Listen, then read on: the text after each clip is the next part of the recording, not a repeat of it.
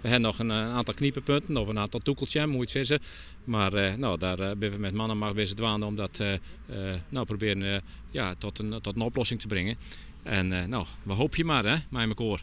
Dit zou jouw eerste Alversterrentocht worden als commissaris van de Koninginnen in Friesland. Kriebelt het? Ja, natuurlijk.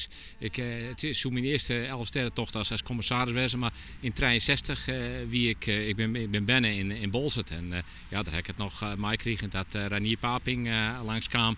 En ik was toen in de eerste klas van de jongenskwallen. En wij hebben met elkaar dat zien. Dat was geweldig. Ja, want dat is, als echte Fries zijnde wil je dit, hè? Ja, dat is dus altijd een beetje obligaat, maar als de Fries in het begin pas te ontdooien bij mensen, hè. En met elkaar, dat wordt één groot volksfeest. En ja, heel Nederland zit op zijn kop. En, maar wij houden het hier nog aardig onder de pet, want wij zeggen van, er kan maar één manier wezen dat wij hier de Alversterrentocht terug gaan laten.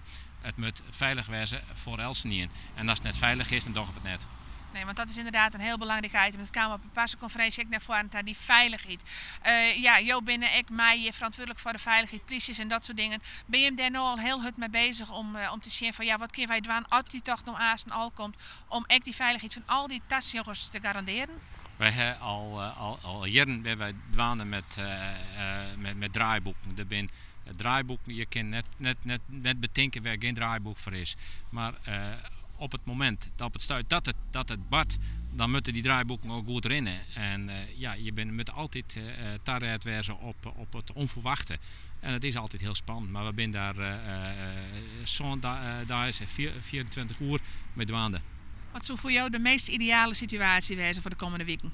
Dat het over de hele route 15 centimeter ijs aangroeit. En dat ze met elkaar er één groot volksfeest van maken. Want dat is voor Friesland zo mooi. Er kan geen reclame op. Friesland, dat is op dit stuit vrootnijs.